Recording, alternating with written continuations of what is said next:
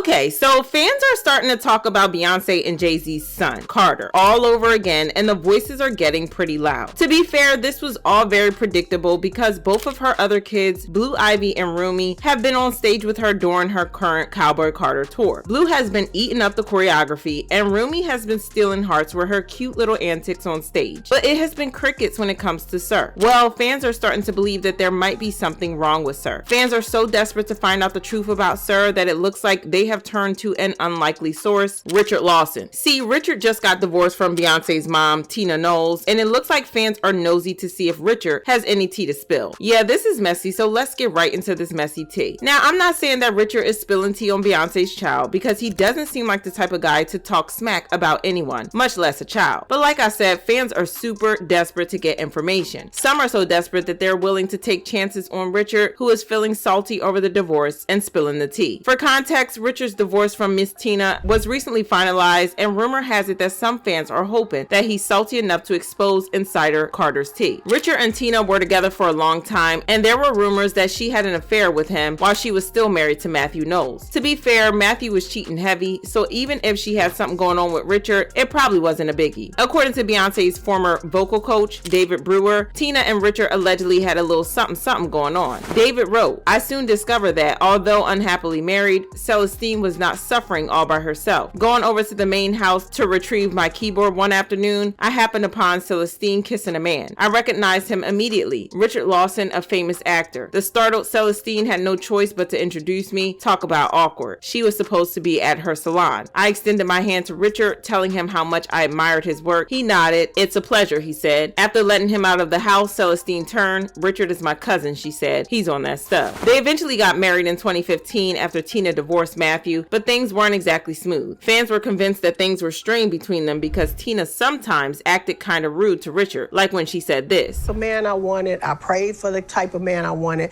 and I got pretty much that. Is he perfect? Absolutely not, but he has a lot of the qualities. He has a lot of the qualities that I love." And when fans pointed out how weird it was that she said this, she doubled down on her statement saying, "I am careful not to confuse excellence with perfection. Excellence I can reach for, perfection is God's business." She also added the caption, "I came across this quote this morning. I cannot agree more with Michael J. Fox. I believe any human being who thinks they are perfect or someone else could be perfect is delusional. I believe that only God is perfect." So yeah, it's not surprising that fans feel like he would be the one to snitch on Beyonce's kids. And boy, does there seem to be a lot of tea to spill. See, on one hand, Beyonce has been extremely protective of her kids' privacy. She rarely showed them, but she seems to be loosening up a bit in the past couple of months. Blue Ivy has been with her on multiple stages, and don't even get me started on how she has been tearing it up on stage during the Cowboy Carter tour.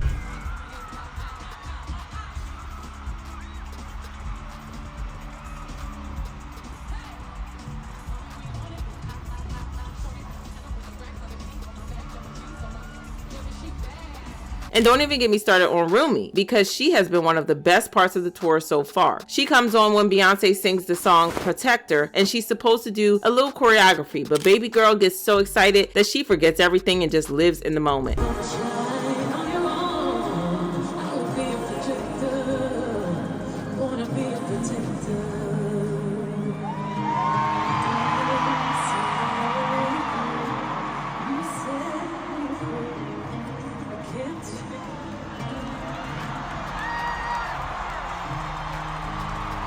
She's just so happy to be there, and it's the most adorable thing. I mean, when she was on stage, she literally yelled into Beyonce's mic saying, "That made me so happy." But even though that's super cute, it has fans wondering all over again why Sir never seems to be in the picture. There has been a lot of speculation on the internet, with some fans wondering if there's something wrong with him. There have been speculations about how he could be autistic or something like that, even though Beyonce has never said anything to hint at it. Miss Tina eventually tried to set the rumor mill straight, saying that Sir just didn't like crowds and loud places because he's a quiet child. What does that mean to you? Tell us a little bit about Rumi and how excited Well, she is. Rumi is amazing. She's an amazing artist, like painter and creator. And so, I mean, how could they be anything else growing up in that environment? That's all we talk about is creativity and fashion and the whole thing. What is Sir interested in?